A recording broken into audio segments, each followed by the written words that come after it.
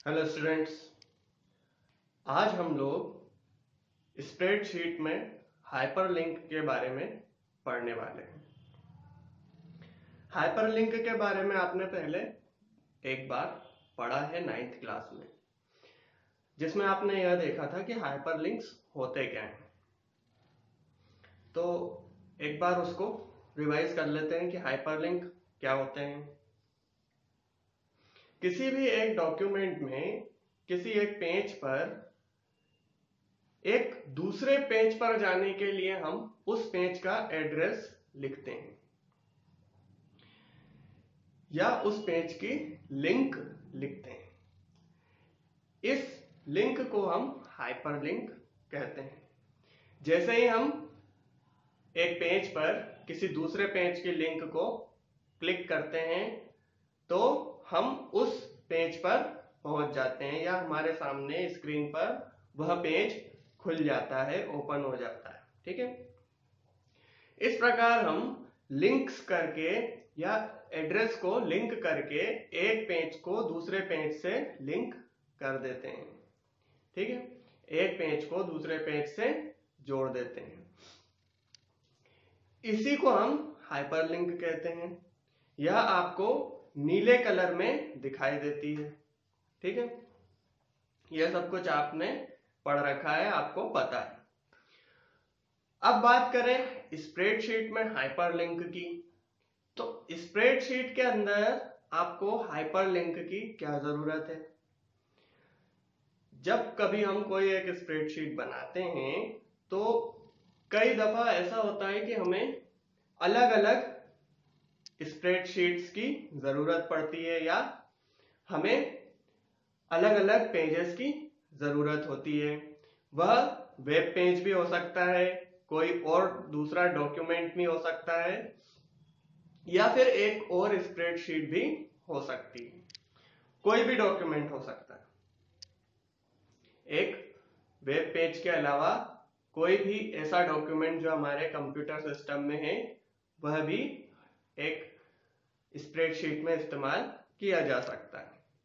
आपने जब insert tab के बारे में पढ़ा था, पहली इकाई में जब आपने इंसर्ट टैब के बारे में पढ़ा था तो हमने उसमें देखा भी था कि हम कैसे एक ही डॉक्यूमेंट में अलग अलग दूसरे डॉक्यूमेंट को इंसर्ट कर सकते हैं। इसी प्रकार यदि हमें स्प्रेडशीट के अंदर दूसरे डॉक्यूमेंट्स की जरूरत पड़ रही है या किसी एक वेब पेज की जरूरत पड़ती है, तब हम हाइपरलिंक का इस्तेमाल करते हैं। हाइपरलिंक का ऑप्शन आपको कहां पर दिया गया है, तो स्प्रेडशीट में आपको हाइपरलिंक का ऑप्शन इंसर्ट टैब के अंदर दिया गया है। जब आप इंसर्ट टैब को ओपन करेंगे तो वहां पर आपको एक हाइपरलिंक का ऑप्शन दिया गया होता है। इस हाइपरलिंक के ऑप्शन के बारे में ही आज हम इस वीडियो में बात करेंगे। चलिए, सबसे पहले यह देखते हैं कि एक स्प्रेडशीट में यदि हमें कोई हाइपरलिंक बनानी, आपके सामने एक स्प्रेडशीट है जिसमें आपको कहा गया है कि आपको एक हाइपरलिंक बनाना है। तो इसके लिए हमें क्या करना होगा।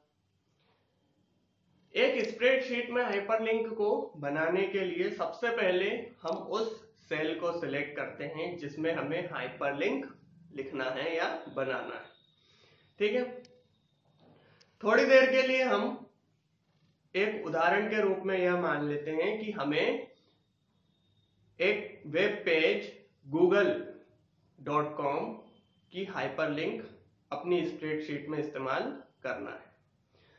तो हम क्या करेंगे, गूगल जो कि एक वेब पेज है उसका एड्रेस या उसकी जो लिंक है वह अपनी स्प्रेडशीट में इस्तेमाल कर लेंगे। कैसे करेंगे, सबसे पहले उस सेल को सिलेक्ट करेंगे जिसमें हमें हाइपरलिंक बनाना है और फिर उसमें हम क्या लिखेंगे, कीबोर्ड की मदद से www.google.com। यह लिखने के बाद हम एंटर कर देंगे, एंटर को प्रेस कर देंगे।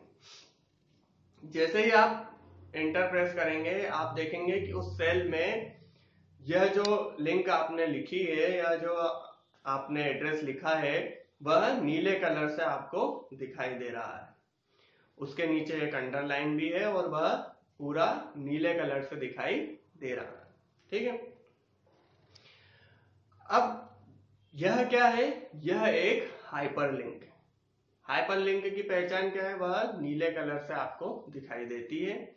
जैसे ही आप इस हाइपरलिंक पर क्लिक करेंगे, ठीक है, आप जैसे ही हाइपरलिंक पर क्लिक करेंगे तो आपके सामने वह वेब पेज ओपन हो जाएगा जिसकी लिंक आपने सेल में लिखी है। अभी हमने कौन सी लिंक लिखी थी? गूगल की। तो आप जैसे ही उस पर क्लिक करेंगे तो आपके सामने एक और वेब पेज ओपन होगा, वह google.com का वेब पेज होगा। ठीक है, तो इस प्रकार हम एक स्प्रेडशीट में किसी भी हाइपरलिंक को लिख सकते हैं या बना सकते हैं।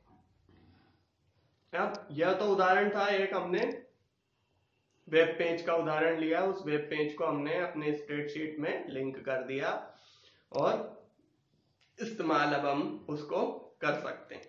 जब भी स्प्रेडशीट में हमें जरूरत होगी हम उस पर क्लिक करके वेब पेज ओपन कर लेंगे और हमारे सामने गूगल का वेब पेज ओपन हो जाएगा। अब थोड़ा आगे बढ़े और यह देखें कि यदि कोई एक बड़ी लिंक है, ठीक है, अब उस बड़ी लिंक को हमने अपनी स्प्रेडशीट में लिख दिया, किसी एक वेब पेज की एक बहुत बड़ी सी लिंक है, ठीक है, उस बड़ी सी लिंक को हमने वेब पेज अपने स्प्रेडशीट के एक सेल में लिखा है, तो क्या हम उस सेल को इतना बड़ा करेंगे कि वह पूरी लिंक उसमें आ जाए और हमें दिखाई दे? ऐसा करेंगे तो हमारी स्प्रेडशीट बड़ी ही अजीब सी दिखेगी और हमें समझ में भी नहीं आएगा कि यह वेब पेज या यह जो भी हाइपरलिंक हमने इस्तेमाल की है यह किस पेज के लिए इस्तेमाल की गई है।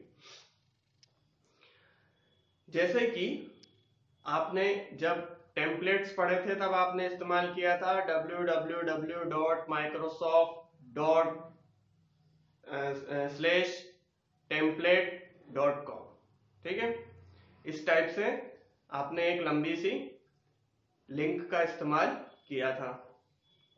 अब थोड़ी देर के लिए यदि हमें इसी लिंक का इस्तेमाल करना है अपनी स्प्रेडशीट में, तो हमारे पास दो ऑप्शन है। या तो हम उस सेल की साइज को इतना बड़ा कर दें कि यह पूरी लिंक उसमें हमें दिखाई दे, या फिर हम ऐसा कर सकते हैं कि हम इस पूरी लिंक को किसी नाम से रिप्लेस कर दें, जैसा हमने डिफाइन नेम वाले फंक्शन में पढ़ा था। ठीक है, डिफाइन नेम वाले फंक्शन में हम क्या कर रहे थे? अलग अलग जो हमारे एंट्रीज थे उनको हमने एक नाम दे दिया था। इसी प्रकार से हम जो हाइपरलिंक हमने यहां पर इस्तेमाल की है उसको भी कोई एक नाम दे सकते हैं। इसके लिए हमें क्या करना होगा?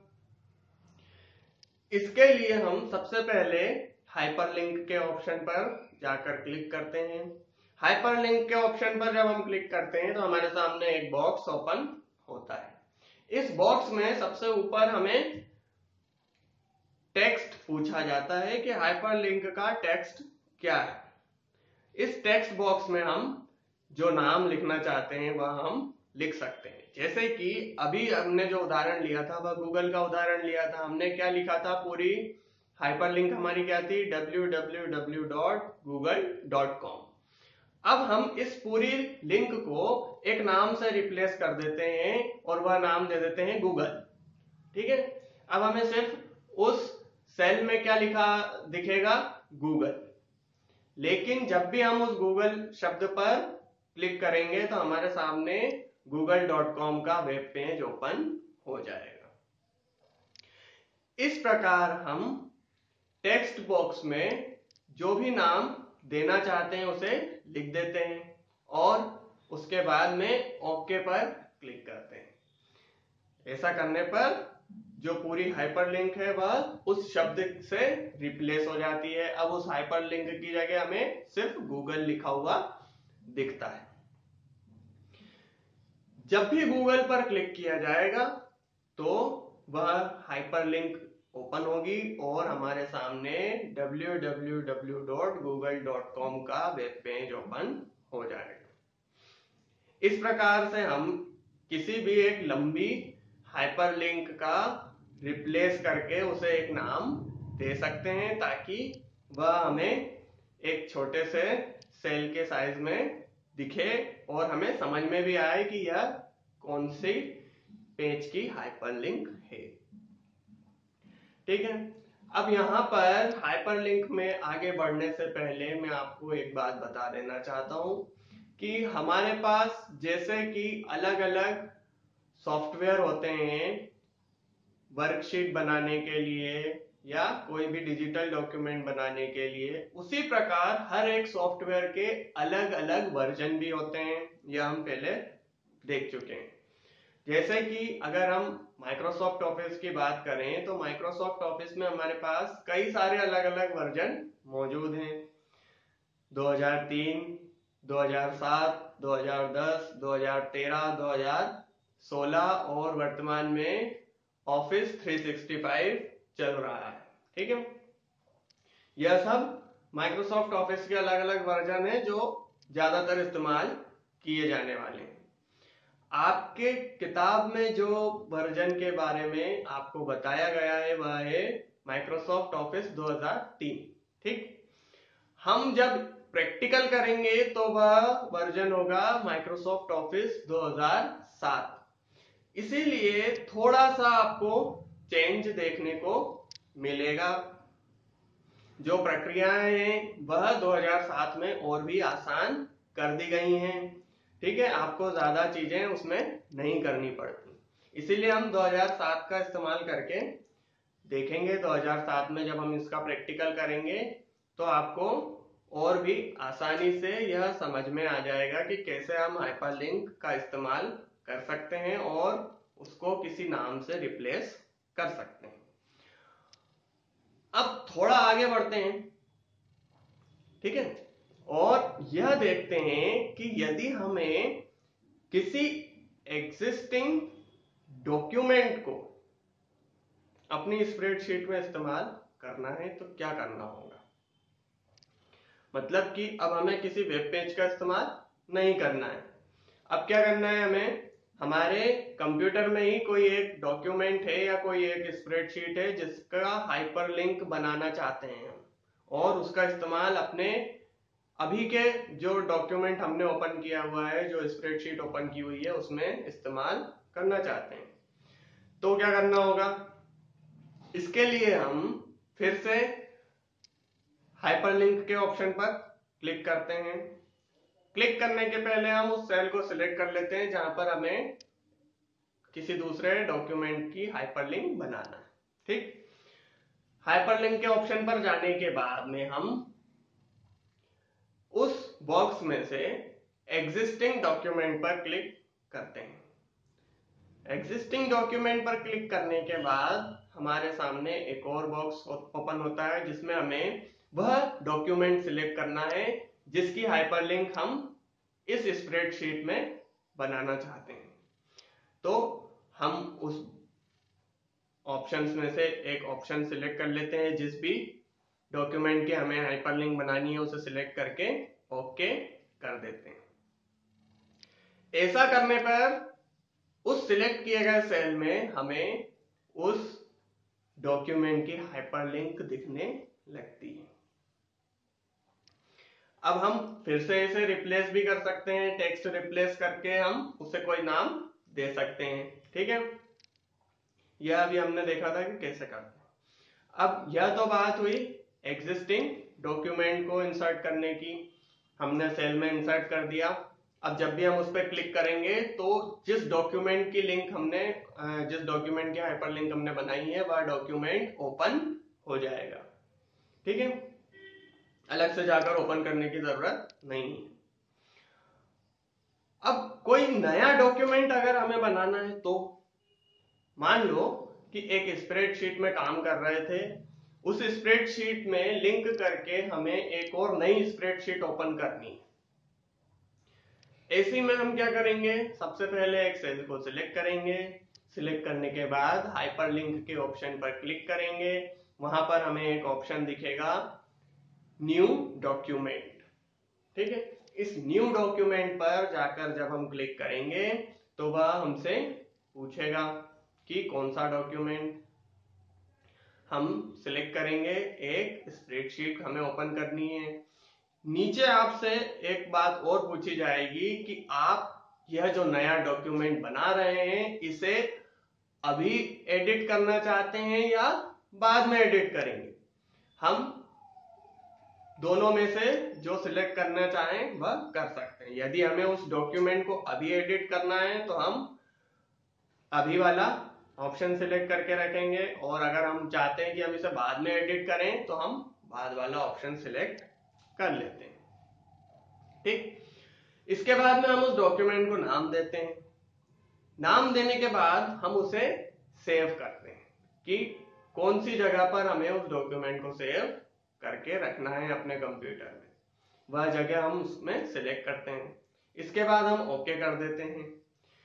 ऐसा करने पर जो एड्रेस हमने दिया है उस एड्रेस पर वह डॉक्यूमेंट सेव हो जाता है, और उस एड्रेस की हाइपरलिंक आपको आपके स्प्रेडशीट में सिलेक्ट किए गए सेल के अंदर दिखाई देने लगती है। यदि आपने उसे कोई नाम दिया है तो वह नाम आपको वहां पर उस सेल में दिखने लगेगा। कैसा दिखेगा, नीले कलर में दिखेगा। ठीक, अब मान लो आपने डॉक्यूमेंट तो बना लिया, अभी तो वो खाली है क्योंकि नया डॉक्यूमेंट आपने उसमें कुछ भी नहीं लिख रखा।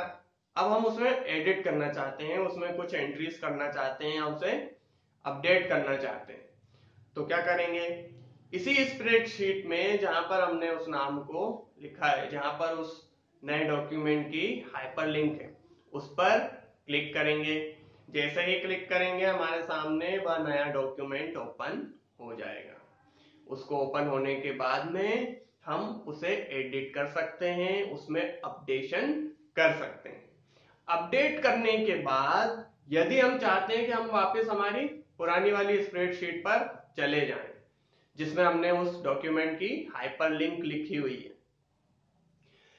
इसके लिए हमें सबसे पहले इस डॉक्यूमेंट को सेव करना होगा, क्योंकि हमने उसमें अपडेट किया है, हमने उसमें एडिट किया है, तो जो भी चेंजेस हमने किए हैं उन्हें सेव करना होंगे। सेव करने के बाद में हम इस डॉक्यूमेंट को क्लोज कर देते हैं।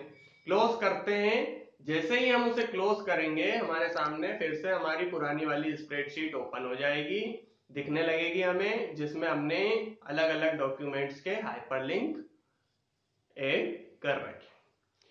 इस प्रकार हम अलग अलग स्प्रेडशीट्स को या अलग अलग डॉक्यूमेंट्स को, अलग अलग वेब पेजेस को हाइपरलिंक की मदद से एक ही स्प्रेडशीट में इंसर्ट कर सकते हैं या इस्तेमाल कर सकते हैं। ठीक है, अब एक चीज और पढ़ लेते हैं जल्दी से कि एक वर्कबुक में आपको पता है कि 3 शीट्स होती हैं। ठीक है, अब आप यह चाहते हैं कि मैं एक ही शीट पर दूसरी वाली शीट का इस्तेमाल करूं, उसे ओपन करूं। इसके लिए मैं उस शीट की हाइपरलिंक अपनी पहली वाली शीट में इस्तेमाल कर लेता हूं। ठीक है, इसके लिए भी हम वही हाइपरलिंक का ऑप्शन इस्तेमाल करते हैं।